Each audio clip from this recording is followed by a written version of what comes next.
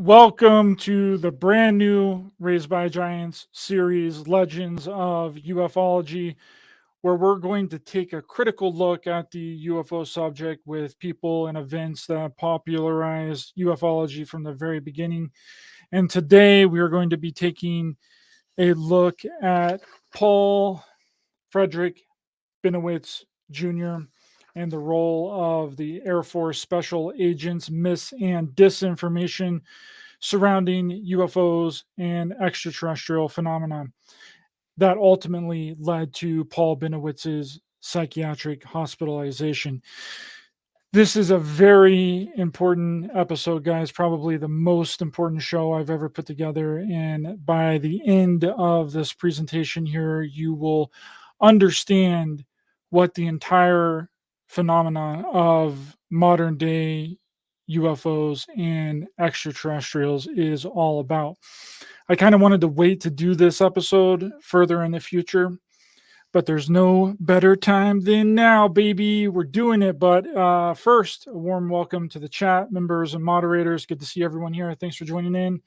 A brand new members only video is dropping Friday, January 26th. So sign up to be a Ryder Ranger member today and help support the show monthly and get bonus episodes every week as a token of your support only for the channel members. Thanks for your support, guys. It means a lot to me. And a shout out to Candace for her support again on Buy Me a Coffee. Thank you very much, Candace, for your support of the show. Super chats and super stickers are available and will be read out live during the show. PayPal and Buy Me a Coffee links are also in the description and are a great way to help support to the show. So last week, we discussed Kenneth Arnold and his sightings in 1947 over Mount Rainier, Washington, and Arnold never making the statement that the shape of the craft was saucer shape. He said that the shape of the craft was bat shape, boomerang shape, or the shape of a pie pan, and said that when the craft flew, it flew like a saucer skipping across water. But the newspaper reporters misinterpreted his statements and the term flying saucer was born. We also covered trap shooting, which here is a picture of the sport of flying saucers, which is also known as trap shooting, and how trap shooting was a very popular sport and started in 1980 all the way up into the beginning of World War II. And they called the disc of trap shooting that would be shot at for target practice flying saucers. And then we also discussed the first contactee ever that literally no one talks about because they don't even know about him is Samuel Eden Thompson in 1950, coming in contact with extraterrestrials that look identical to us from Venus, and said that the problem with Earth was that we are all born under different astrological signs, and that the beings that live on Venus are all born under the same astrological sign, and that they were vegetarians and that they would never get ill. And we also covered the 7 other sightings of Arnold that seemed to happen every year after his initial sighting in 1947, besides the last 2, that really no one ever talks about or ever mentions when talking about Arnold. If you guys haven't checked out that episode yet, please do. It's also a very important episode. I've created a playlist on the channel. Just go to the channel and then go over to playlist. There's a Legends of Ufology playlist on there. And that's where all of the shows that I'm going to be doing on this series is going to be. So with all that down, today we're going to be focusing on Paul Bennewitz and all the events surrounding him in 1979. So Paul Frederick Bennewitz Jr. was an American businessman and UFO investigator. Bennewitz was born in Kansas. He earned a bachelor's degree from Arizona State. And during World War II, Benowitz was a radio electronics engineer for the Coast Guard. He worked as an engineer for San Francisco CBS station and a radio station in Tucson. On February 25th, 1949, Benowitz married Cindy Brunch in Phoenix, Arizona. So around 1953, Benowitz moved to New Mexico and started working in sales. Benowitz later began his own industrial sales company in 1966. He had acquired the rights to a humidity sensor from Sedona National Laboratories. So he founded a scientific research center called Thunder Scientific, a small family business that he owned and operated with his wife, Cindy, that would then develop high-powered instruments for NASA and the Air Force. So during the 1970s, Benowitz became a member of Arizona's Aerial Phenomenon Research Organization, which was a civilian UFO investigation group. By the mid-70s, cattle mutilations had become associated with UFOs, which we're going to get into that story of cattle mutilations on a later date in the series. But on April 20th, 1979, U.S. Attorney General R.E. Thompson and U.S. Senator Harrison Schmitt held a public meeting about cattle mutilations. The meeting was attended by around 81 attendees, and Paul Benowitz was one of them. Now, some people say that this is where the whole infiltration by the intelligence community really started, at this meeting about cattle mutilations. This is where the targeting by the government agents likely first happened, because at the meeting, Benowitz was introduced to a highway patrol officer named Gabe Valdez, who was investigating the incidents, right?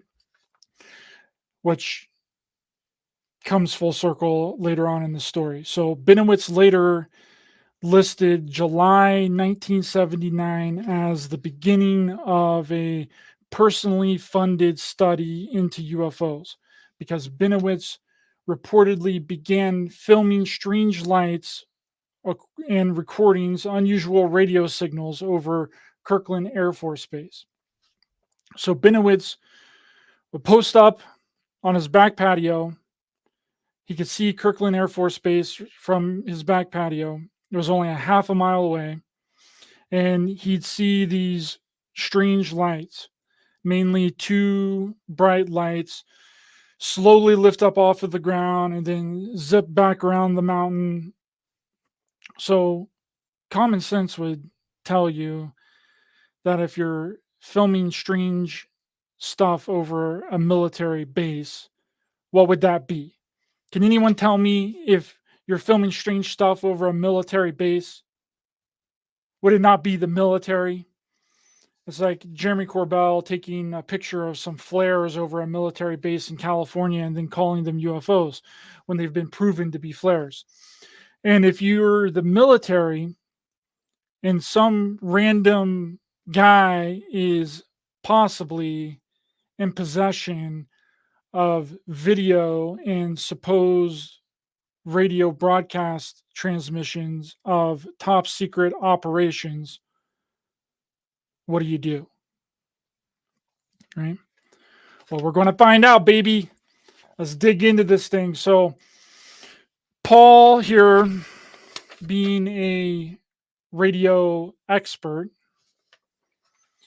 very well versed in radio technology, he decided to try and listen into the communications at Kirkland Air Force Base to try and figure out what these strange lights was that he was seeing.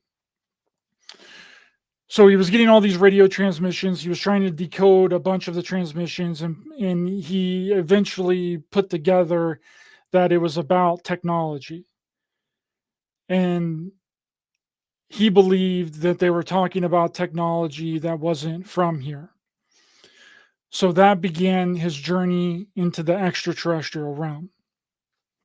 So in October of 1980, Benowitz contacted Kirkland Air Force Base to report his findings, like any good Samaritan would do. Right? When you're seeing strange things, you're going to contact the base to find out to see if they know what it is.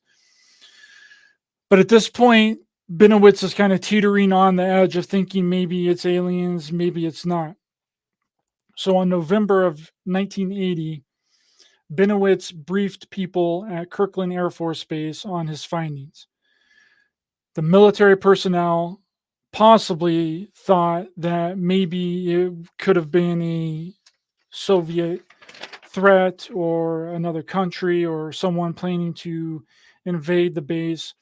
So to figure it out more about what Paul Benowitz had in the radio transmissions and the video footage that they had, they put him in contact with a man named Richard Doty.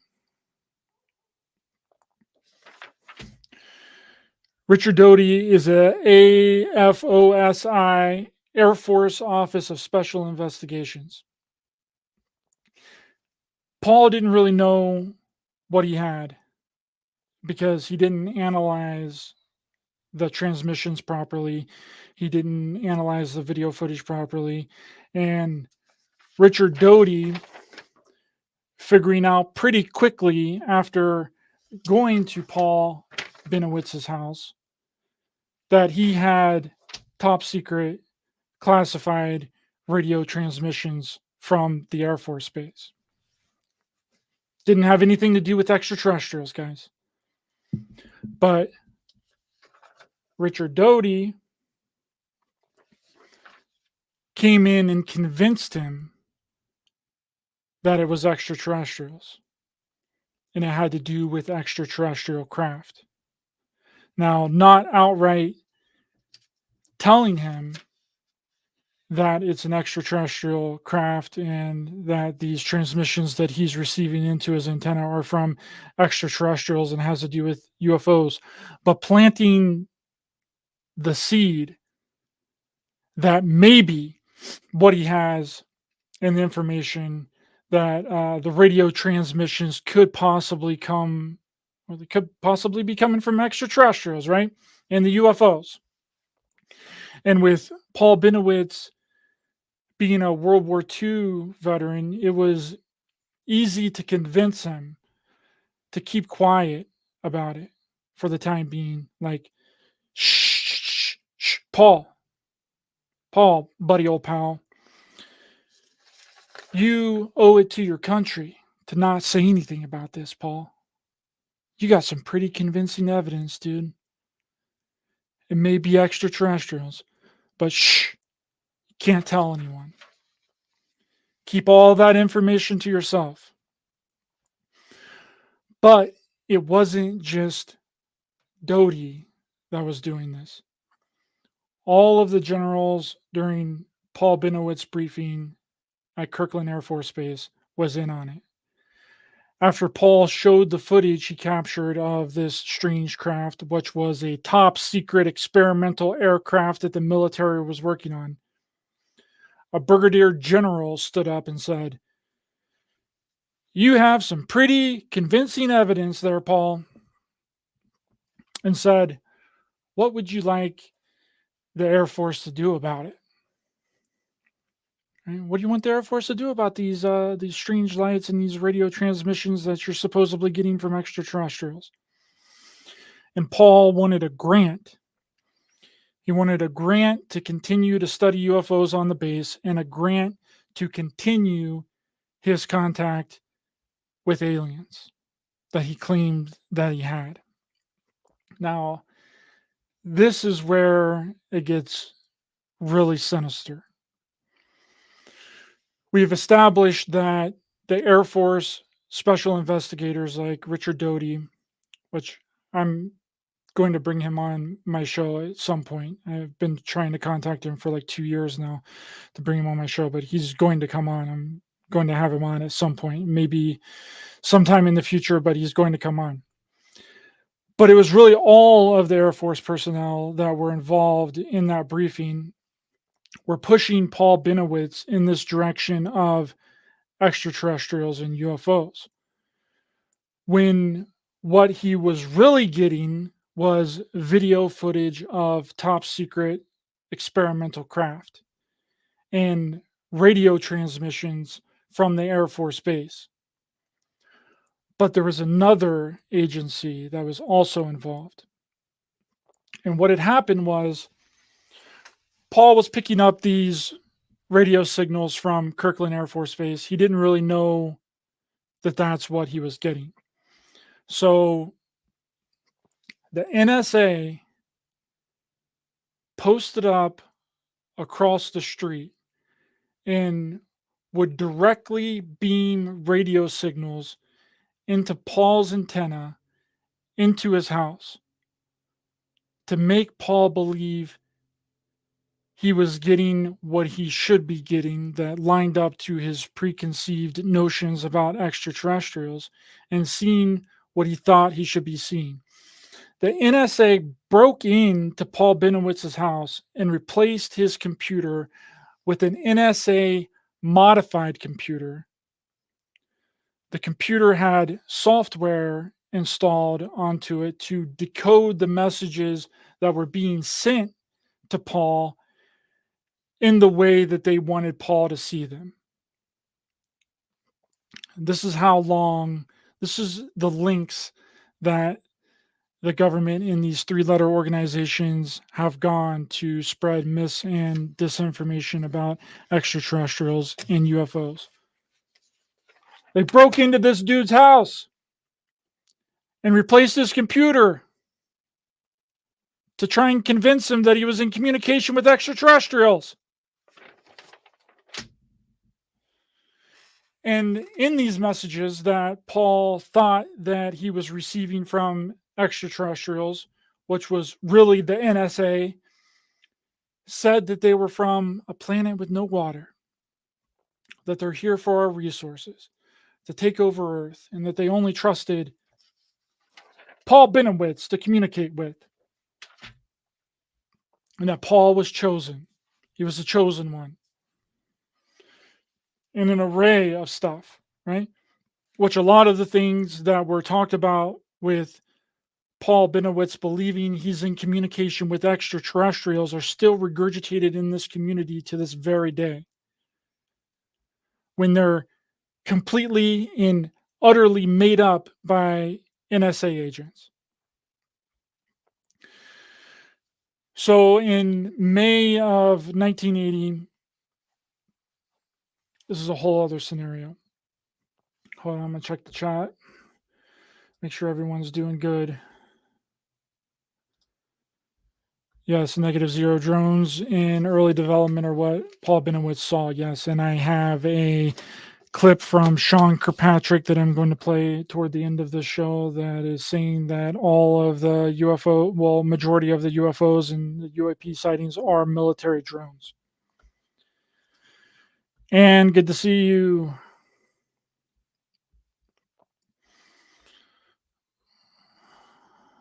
Noble Truth. Thanks for being a member, brother. Really appreciate you. Candace, good to see you.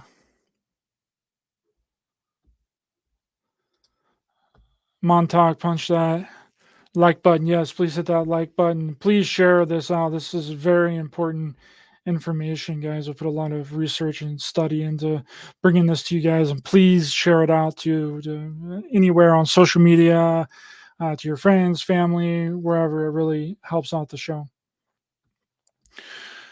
Okay, so in May of 1980, state police in New Mexico received a report from a woman calling herself Myrna Henson. And Myrna Henson described a story involving extraterrestrial aliens, bright lights, cattle mutilations, cattle being sucked up into UFOs.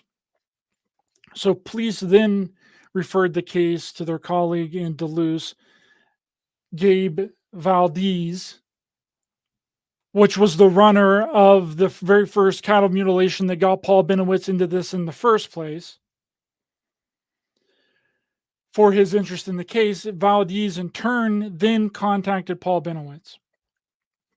So on May 7th, 1980, Henson and her son traveled to Albuquerque to meet Benowitz, staying in his home. Henson explained to Benowitz that on May 5th, 1980, while she was driving her son near Eagle Nest, New Mexico, they had witnessed two large silent objects approximately the size of a Goodyear blimp hovering over a meadow. If it looks like a blimp, it's probably a blimp. If you think it's a blimp, definitely a blimp, guys. Come on.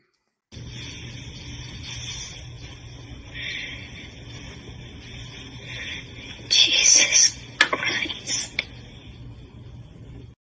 They then contacted a gentleman named Leo Sprinkley, which is a psychiatrist and a professor at the University of Wyoming who had been investigating UFO contact reports. And Benowitz arranged for Sprinkley to fly to Albuquerque to hypnotize Henson. When Sprinkley arrived, Henson and Benowitz insisted that the sessions be conducted in Benowitz's Lincoln Town car, parked inside the garage with the car windows covered with aluminum foil. Okay, Paul's literally out of his mind at this point, which I don't blame him. Okay, you got the NSA right across the street beaming radio signals into your freaking house, stalking you. Would you not be paranoid? You got the Air Force telling you that you're right about the aliens, but you can't tell anyone. Drive you a little mad, right? So Sprinkley decided to regress this woman in the 10 foiled out car in Paul Benowitz's garage. And and during her first regression, she reported a recollection of a cow being sucked up into a hovering UFO by a tractor beam. Then the next regression, under hypnosis, Henson reported recollections of an abduction and being taken to an underground base with body parts floating in vats. These regressions and these sessions would later evolve into the mythology and the lore of the Dulce base, right? Which we're going to get into Dulce base at a later date. But this is all connected, so it's important to mention it now. So during the session, she claimed, she said, "Where's Roswell, New Mexico?" Although no one in the public had yet connected Roswell to UFO folklore and mythology yet. This was a perfect setup for Bill Moore's book on Roswell that came out shortly after in 1980. This is the book that started the entire Roswell myth. No one knew about it, no one cared about it before this book came out. Just a few months later, in October of 1980, which was all myths and disinformation about an alien craft in Roswell, which popularized the myth and the lore and brought it to the forefront of ufology. And Bill Moore got up in front of the MUFON conference in 1989 and told everyone that it was a bunch of made up nonsense garbage, myths and disinformation, and he was booed off the stage, and no one has heard from him since. But back to Myrna Henson, because this is really important and was really a huge setup. It was a setup with this lady, Myrna Henson, to get the lore and the mythology rolling, because they knew that Paul would tell everyone, and this would snowball into a bunch of made up garbage. So Henson, along with claiming to see these large blimp like craft, she also recalled having been given an implant by the aliens during her regression with Sprinkly, right? Here comes the alien implant lore. This was before Willie Strieber was talking about it. This was before John Mack was talking about it.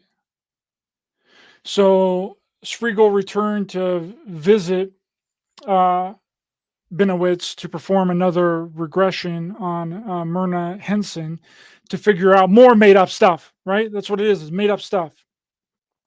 And he found Bennewitz armed with a pistol and a rifle, saying that he was very concerned that he might be vulnerable from being attacked by aliens. These fake, made up aliens that the NSA and Air Force special investigators convinced him into believing in. These people were literally driving Paul out of his mind to the point where he thought that he was going to be attacked by aliens. I mean, this is really a sad and devastating story. But Bennewitz, armed up with guns and tinfoil to protect himself and his family, and Myrna Henson. So Paul Benowitz was thinking that Sprinkly was an alien or whatever he thought, and told him to leave, and then contacted a new hypnotist by the name of James Harder. James Harder had also conducted the hypnotic regression of Travis Walton in 1975, which is a whole other story that I will be covering in the future. I don't want to get off track with this because there's so much to cover. But just try and remember all this stuff, guys, because it's really important. It's all connected and very important for future episodes. So Paul Benowitz and James Harder came to the conclusion that Henson, this lady, Myrna Henson, that was more than likely sent by the intelligence community to convince Paul Benowitz of all this nonsense. James Harder and Paul Benowitz came to the conclusion that Henson was under the influence of alien beings and wrote detailed instructions on how to use aluminum foil to shield a room from beams to protect themselves and while conducting a regression. This is literally where all of the tinfoil hat stuff came from, and no one has any idea that it came from the government mis and disinformation surrounding Paul Benowitz, convincing him that he was seeing extraterrestrials when it was advanced military craft, and that he was in communication with extraterrestrials through his computer when it was really the NSA. Gabriel Valdez's son later commented on the Myrna Henson story and said that it is a high possibility that Myrna Henson's story was part of a disinformation campaign. He said that he would go out on a limb and say that the story of Myrna Henson was probably a well-orchestrated hoax because of the very important fact that a listening device was found in his dad's home. The government heard all of the conversations on the phone between his dad and Benowitz. So such a hoax would be easy to accomplish, right? Myrna Henson came into the picture in May of 1980. And the Air Force also acknowledged contact with Paul Benowitz in November of 1980. So it would explain a lot of things and how and why they transpired during the 80s based on what is going on. It's really unbelievable. I'm going to figure out who this Myrna Henson lady was. I bet you anything that Richard Doty knows exactly who she was. And I'm willing to bet money that she was sent by the intelligence community directly to Paul Benowitz. And it's a perfect cover, too. But you can't find out any information about this lady or who she is, because Myrna Henson is also the name of a famous actress and model who won Miss USA in 1953. So whenever you Google in Myrna Henson, all you're going to find is pictures of this famous actress and model. It's impossible to figure out who she is. But I'm going to go out on a limb and say that Richard Doty knows who she is, and I'm going to figure it out when I bring him on the show and question him about all this stuff. But now we get into the full swing of the Duluth space and all of the mythology, all the rumors, theories, and speculation of what the Duluth space is, how it all started. And it all started because of the information that was given to Paul Benowitz by the government mis and disinformation, Air Force Special Agents, the NSA, and Myrna Henson. So in December of 1981, Paul Benowitz wrote a letter to a senator and explained that he said, I know the location of the alien bases in northern New Mexico in the center of the Appalachian Reserve, 4.5 miles northwest of Duluth, New Mexico. I know that some of the military have made a deal with the aliens several years ago, giving the Indian land cattle and apparent assurance of safety to the aliens in trade for technology in the form of an atomic powered ship and establishing an underground base in New Mexico.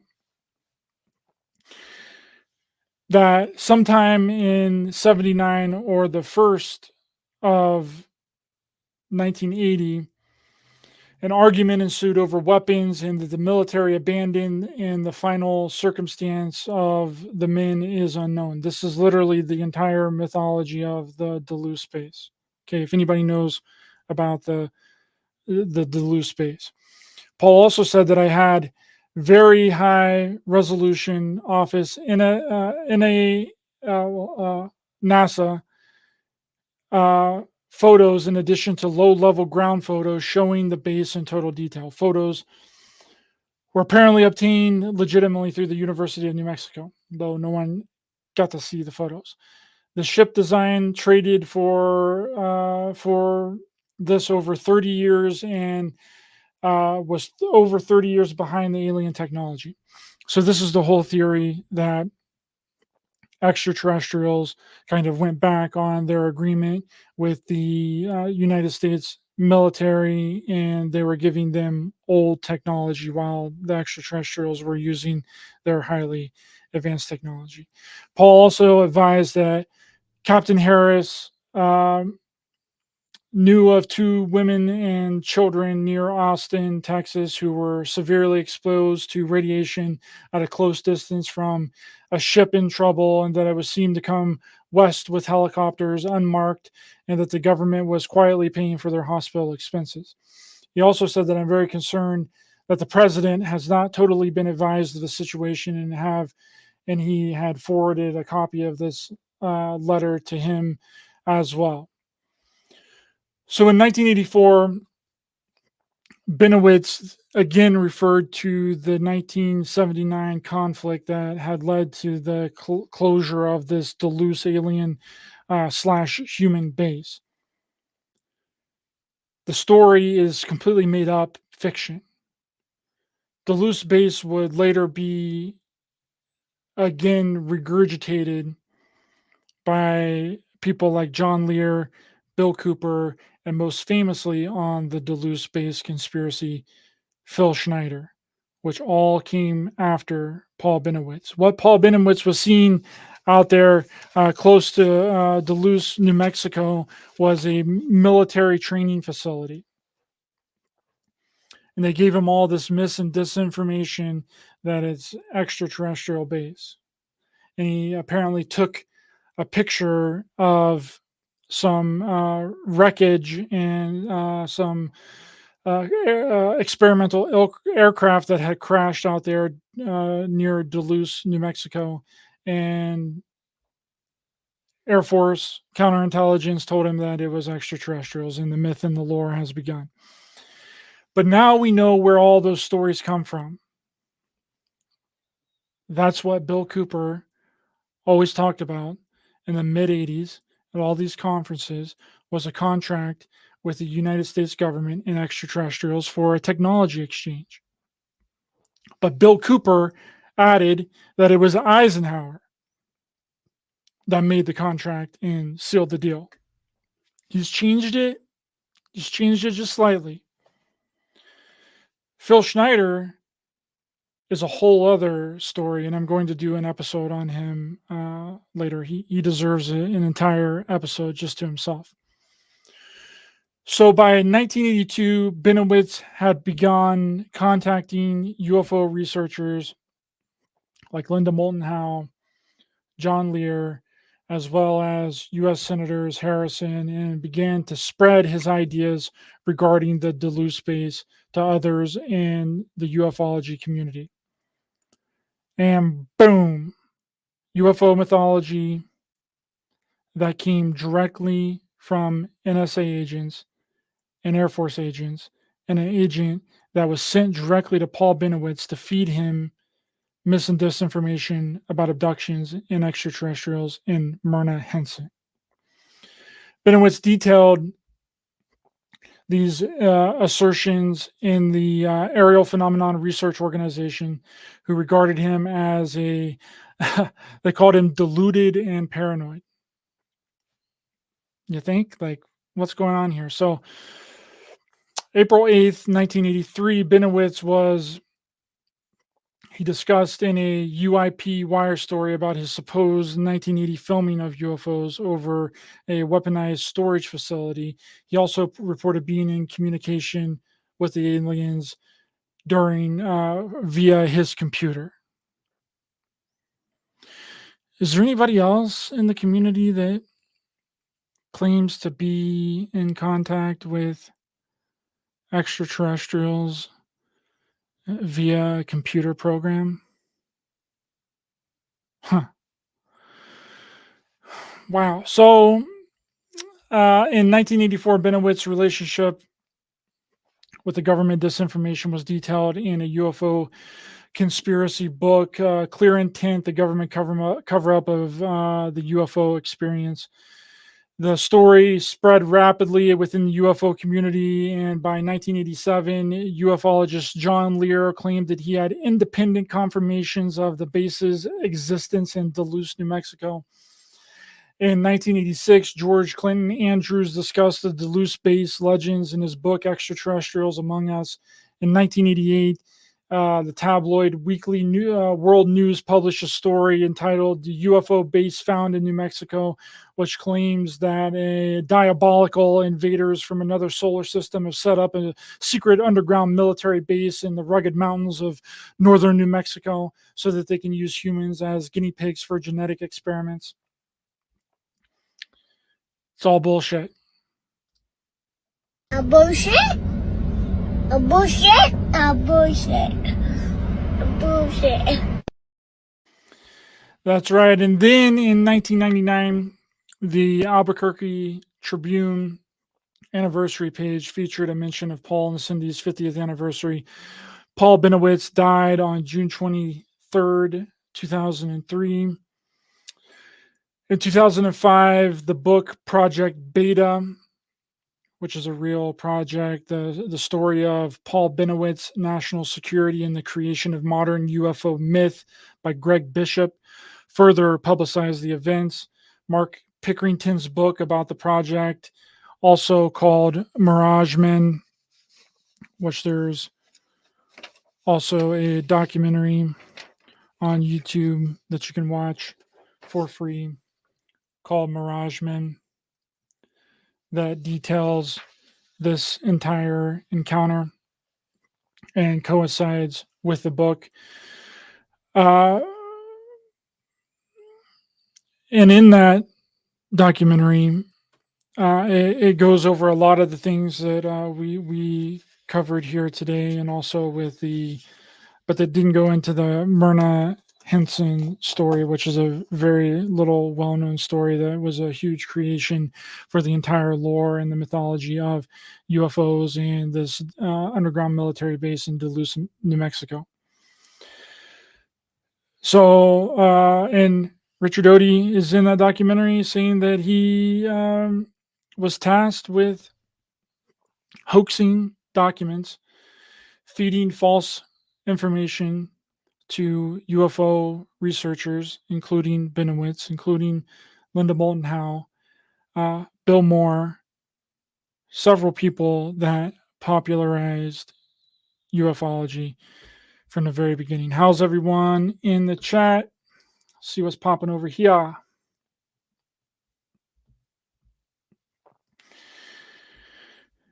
Annie Alien, good to see you. Thanks for being here. Thanks for being a member too. Anna, good to see you. Thanks for being a member. Thanks for becoming a member, Annie. Really appreciate your support of the show. A members only video will be dropping on Friday. So keep track of the community tab page for that members only video that's dropping on Friday. So here to just kind of confirm what's going on, that all this is a giant cover up for military technology, and the lore completely snowballed out of hand from the Air Force special investigators and the NSA literally breaking into Paul Bennewitz's house and replacing his computer with a different computer to convince him that he's in communication with extraterrestrials. Sean Kirkpatrick just did an article talking about what he has discovered with researching UFOs and extraterrestrials. He was actually ahead of the Arrow government program to investigate claims of UFOs and sightings of UFOs and extraterrestrials. Here is the article. It says, here is what I learned as the U.S. government's UFO hunter.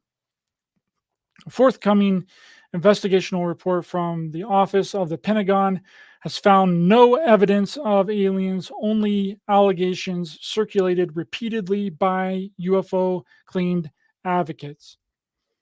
So Sean Kirkpatrick, Dr. Sean Kirkpatrick, he was the director of the All Domain Anomaly Resolution Office at the Department of Defense. Now, I'm not going to read this entire article. I'll actually post it in the chat if you guys want to read this whole article. I'm just going to point out some very important things that he said in this article. So this article is very detailed, and it almost seems like it was written probably by me. It almost feels like, because this is the exact type of thing, if I was going to sit down and actually make a detailed professional layout of the phenomenon itself. Because a lot of the things that he says in this article, I have said several times. I've known several other people that have said the exact same thing. So Sean Kirkpatrick says one of his last acts before retiring was to sign Arrow's Historical Record Report Volume 1, which is currently being prepared for delivery to Congress and the public. The report demonstrates that many of the circulating allegations described above, which it gets into all of the sightings and claims made mostly by Dave Grush, Jeremy Corbell, and George Knapp, which he doesn't outright say who they are. He just blankets it all under one thing. So the circulating allegations described by the derived from inadvertent or unauthorized disclosures of legitimate U.S. programs or related R&D that have nothing to do with extraterrestrials, issues, or technology. I want to read this one more time. One of my last acts before retiring was to sign Arrow's Historical Record Report, Volume 1, which is currently being prepared for delivery to Congress and the public. The report demonstrates that many of the circulating allegations described above derived from inadvertent or unauthorized disclosures of legitimate U.S. programs or related R&D that have nothing to do with extraterrestrial issues or technology. Some are misrepresentations. Some derive from pure, unsupported beliefs. Dave Grush.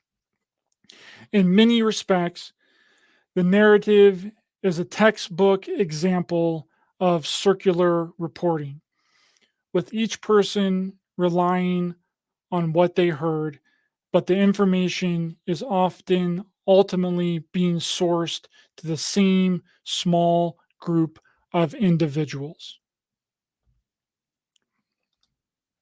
He just laid it all out right there. He just told you everything that you need to know. And he's a top scientist. He's researched, looked into this. He was the head of the government's organization investigating UFOs and extraterrestrials. And how did he come to the exact same conclusion that I've come to, that a few other people that I've had on my show has also come to? Get on that. Why are we still talking about extraterrestrial stuff? I just laid all this stuff out to you. I've laid it all out. I've laid out the government mis and disinformation that was incorporated directly into Paul Benowitz for him to go out and spread all this information. It's unbelievable. I actually have a clip here from Sean Kirkpatrick as well, talking about some of the modern sightings of UFOs and what they are. Here's that. Large number of people, pilots who, have said, hey, I saw this giant sphere. It had a cube in it. I don't understand it. And this is fair use, citing fair use under Section 107 of the Copyright Act of 1976. Allowance is made for fair use for purposes such as criticism, comment, news reporting, teaching, scholarship, education, and research. And that is what we're doing right now. And this is covered under fair use. It must be an alien. Well, actually, no. The next generation of drones that are being built are spherical drones. And one of them is, they've taken about a 2-meter size inflatable. They're drones. They're all military drones. And they put a cube inside of it. And everywhere the corner of the cube touches the sphere, they fused it, cut it out, and put little thrusters in. With 8 thrusters in a cube configuration, I can maneuver this drone around very accurately. And they've tried these all over the place. That's Sean Kirkpatrick, former head of Arrow investigations sanctioned by the government, telling you that these sightings are advanced military craft and more than likely drones.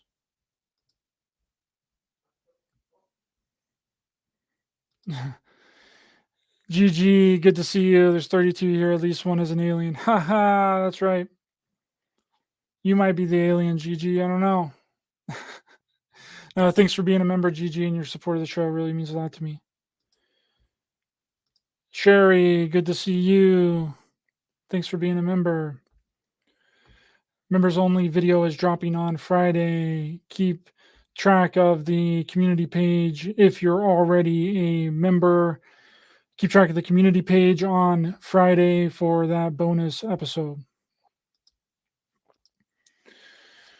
So I also have a clip from Stephen Greer that recently did a interview, and I don't necessarily like Stephen Greer. I think that he has contributed a lot of nonsense to the community as well, but I think it's important to play this clip because he's talking about how people are paid in the community. He especially refers to Nick Pope being paid to do scripted talks about what they actually want him to talk about. And he's being paid large sums of money. And again, this is covered under fair use. We're going to comment on Stephen Greer's, what he's talking about here. Nick Pope has admitted to 2 people on my team that he has been paid large sums of money to say these very scripted things in the mainstream media so that he has been able to buy some really pricey real estate in Soho in London and elsewhere. One of my concerns about this is that while I normally do not engage in sort of gossip, is that now that these people are miseducating deliberately the American people and the world on this, it is a very big concern. They have stepped into another level of deception. I agree with you, Jacob. I'm just, I agree with you. I mean, I don't necessarily agree with the Freemason aspect of it, but controlled information leaker for sure. But I think that this is important to hear as well in how the community is controlled. It's one thing if you're at a UFO conference in front of 1,000 people. It's another thing if there are millions and millions of people hearing this lie. Now, all these people, from Chris Mellon to Luis Elizondo to Leslie Kean to Nick Pope and others, know for a fact just what I just said, that there are 2 types of UFOs seen. Man-made ones, that is the bigger secret, by the way. The ET issue is not as big a secret as the man-made ones. It's because the ETs don't exist, Stephen Greer. They don't exist. It's all military technology. Reason I'll get into in a moment. And that this is not a national security threat. All the images that you have seen in the mainstream news of the Tic Tac, of these pyramids and triangles, those are all ours. And I agree with that statement. They all are ours. Sean Kirkpatrick just confirmed that they are all ours. Were filmed and known at some point they would release it to open the door to this subject, but there's more coming. There you go. Thought that was interesting, and hope that you guys enjoyed it. How's it going, DN? Thanks for being here. Yeah, so what we have here is a giant snowball effect of government mis and disinformation about extraterrestrials given to him directly through Paul Benowitz. Paul Benowitz then contacted all of these people, including John Lear, Linda Moulton Howe. They all jumped on the bandwagon. Bill Cooper, Bill Moore, Myrna Henson, talking about Roswell 5 months before Bill Moore's book comes out on Roswell that solidified the lore of UFOs crashing and extraterrestrials' bodies at Roswell, which is just a coincidence, right? Bill Moore gets up in front of the MUFON conference in 1989, tries to tell everyone that it's fake and it's made up and it's all government mis and disinformation, and then he gets booed off stage. And no one hears from him again, right?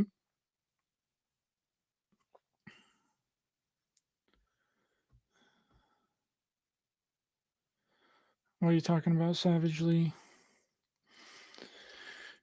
And first generation bandwagon jumpers. That's right. That's exactly what happened.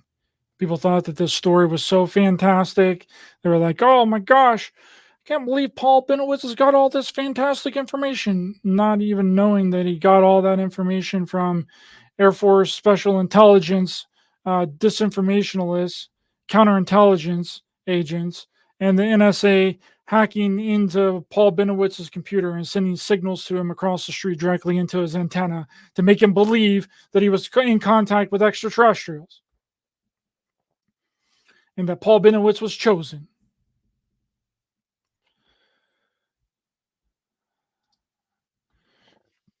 It's a dough ball at this point, and everyone else's flour. That's right, those dough balls just freaking flowing everywhere, attracting all the people, capturing them all up, getting them to believe in this government myths and disinformation about extraterrestrials. Savagely, we had an open YouTube chat room much like this. Dr. Greer, what it puts. Yeah, I just saw that clip from Dr. Greer that was shared on X earlier today by Jeremy Reyes. I thought that it would be a good thing to show on this show.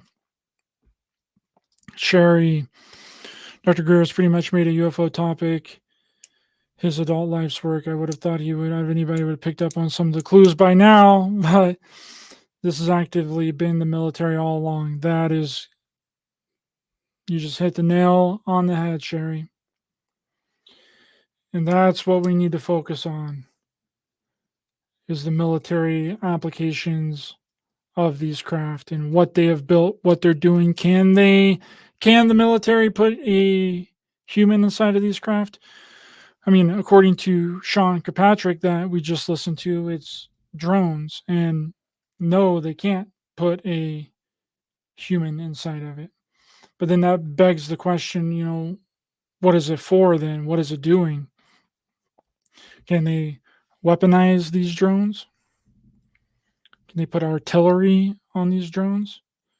Are they using it for surveillance?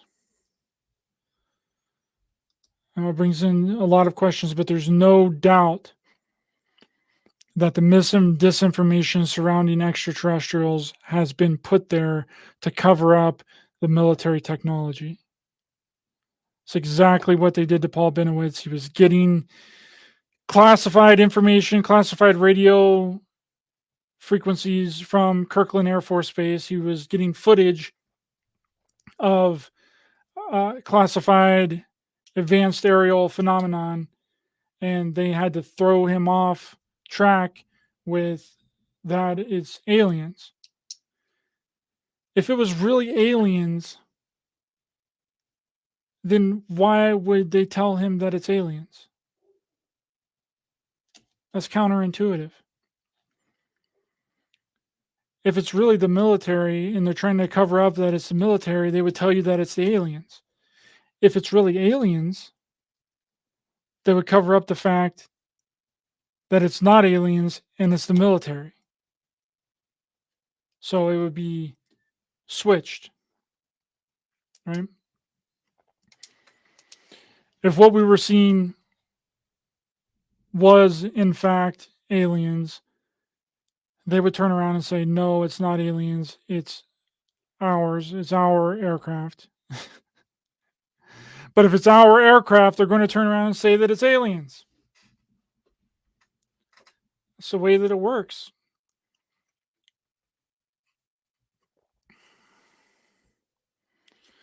Savagely, but that's how I also found out most, if not all, UFOs were man-made. And that it is the same electronically driven gravity canceling magnetic drives that we see on bullet trains. I'm not sure how it's made or what they're doing, but I know that they have created it. They've either dug it up, they've either found it at a archaeological dig, which is the misnomer for crash retrievals, right? The whole crash retrieval thing is a giant misnomer. A crash retrieval doesn't mean that you saw it crash or that you seen it or you saw it on radar go down, or if it's anything of modern times. Like, you can dig up something that is who knows how old, 500 years old, that would still be considered a crash retrieval.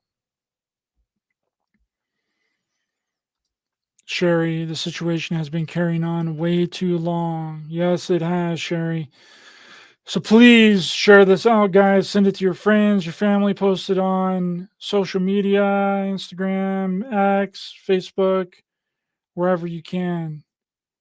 Because it has gone on for way too long, and we have been misdirected in the opposite direction of actually what's happening.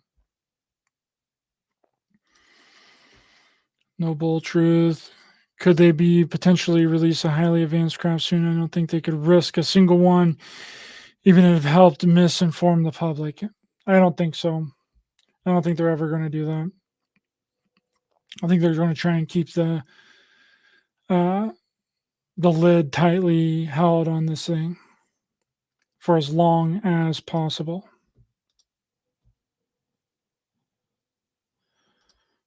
Crystal, good to see you. Candace. Yep. All right, guys. Well, thanks so much for being here. I'm glad you enjoyed the show. Please hit the thumbs up button to help the channel and the algorithms. Share, subscribe, send it to your friends, family, post it on your social media. This nonsense has to end. And once we end all the nonsense of extraterrestrials, I think that it will really help the community propel forward, and we will actually get answers. But people claiming that this stuff is all extraterrestrials and these beings are from other planets is the complete opposite thing of what's going on. And as long as we keep down that road and down that track, nothing is going to change. So we have to keep on these people. We have to keep bringing it up. We have to beat a dead horse with this stuff and keep sharing the information. Look into Paul Benowitz, right? Watch the Mirage Men documentary so you can also cite this stuff when you're having a conversation with your friends or with your family, or you're on somebody else's chat that's talking about nonsensical extraterrestrial garbage. So thank you guys very much. New members only video will be out on Friday. And for anyone that is already a channel member, go to the community tab page on Friday and you will see the link there for the new members only video. And if you're not a Ryder Ranger member, sign up to become a Ryder Ranger member and help support the show monthly, and you will get those bonus episodes weekly. All right, guys, have a great next couple of days. I should be back, fingers crossed. Should be back on Saturday, and if the Saturday show does go through as planned, it will be later in the evening. It will be I think 11 p.m. EST on Saturday. So got nothing going on Saturday.